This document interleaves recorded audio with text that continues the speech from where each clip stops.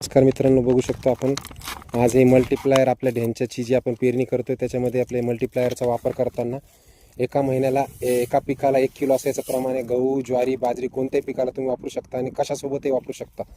याला कोणत्याच प्रकारचं बंधन, कसल्याच प्रकारचं बंधन नाही. कीटकनाशक, बुरशीनाशक कशाबरोबर वापरू शकता. 7 वर्ष लगातार जर तुम्ही मल्टीप्लायरचा वापर तुमच्या जमिनीत केला, एक पुढे 1 किलो, आता 5 किलो पुरतं ठेवून द्या तेवढं. तर मित्रांनो बघू शकता आपण सगळं मल्टीप्लायर मिक्स केलेले. हे बघा, एकदम असं ब्लॅक कलरमध्ये आपले मल्टीप्लायर आहे. मिक्स करून घ्या चांगलं व्यवस्थित.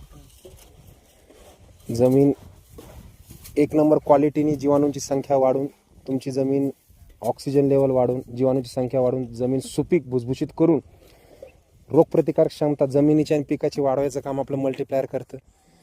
आणि पिकाला काळोखी आणून त्या पिकाची उत्पादन क्षमता, हे मल्टीप्लायरची कॅपॅसिटी एवढी मित्रांनो, कोणतंही पीक असेल त्याचं उत्पन्न फर्स्ट टाइम 25 ते 30% वाढून देतं. म्हणजे जर तुमचा ऊस हा जवळजवळ 25 ते 30 टनाच्या आसपास होत असेल तर तुमचं कमीत कमी 10 ते 12 टनाच्या आसपास एक्स्ट्रा ऊस काढून द्यायची ताकद.